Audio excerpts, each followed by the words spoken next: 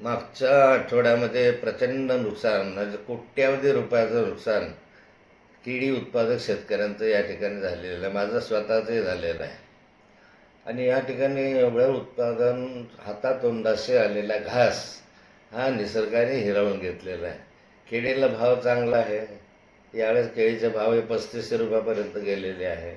आणि अशा स्थितीत उद्या केळी कापायची आहे आणि आज आपली केळी वादळानं घेऊन गेली, उद्ध्वस्त केली. अशा स्थितीत शेतकरी फार मोठा नाउमेद झालेला आहे. तर त्याचं जीवनच उद्ध्वस्त झालेलं आहे. आणि एवढं सर्व संकट शेतकऱ्यावर आहे. शेतकऱ्याची सगळी जमीन भुईसपाट झालेली आहे. एवढं असताना आमच्या जळगाव जिल्ह्यामध्ये 3 मंत्री आहेत. एक केंद्रीय मंत्री येत होते, पण यापैकी केंद्रीय मंत्री वगळता 3 मंत्र्यांना विधान परिषदेमध्ये लक्ष घालावं असं वाटलं. त्या ठिकाणी घोडे बाजारामध्येच त्यांना अधिक महत्त्व द्यावं असं वाटलं. एकही मंत्र्यांनी आतापर्यंत या उद्ध्वस्त झालेल्या शेतकऱ्यांचे अश्रू पुसायला आलेला नाही, एक्सेप्ट रक्षा खडसे. रक्षा खडसे जाऊन आले. मी स्वतः अंतुर्ली वगैरे भागामध्ये जाऊन आलो.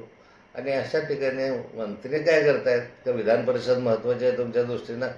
का विधान परिषदेमध्ये इतकं तुमचा रस आहे की शेतकऱ्याकडे ठार मेला, त्याचं कोट्यवधीचं नुकसान झालं, संसार त्याचा उद्ध्वस्त झाला, पण त्याला मदतीची घोषणा नाही. त्याला या ठिकाणी अश्रू पुसायला कोणी मंत्री आलेला नाही. आणि अशा स्थितीमध्ये जळगाव जिल्ह्यामधले हे मंत्री या सगळ्या ह्याच्यापासून उदासीन दिसत आहे.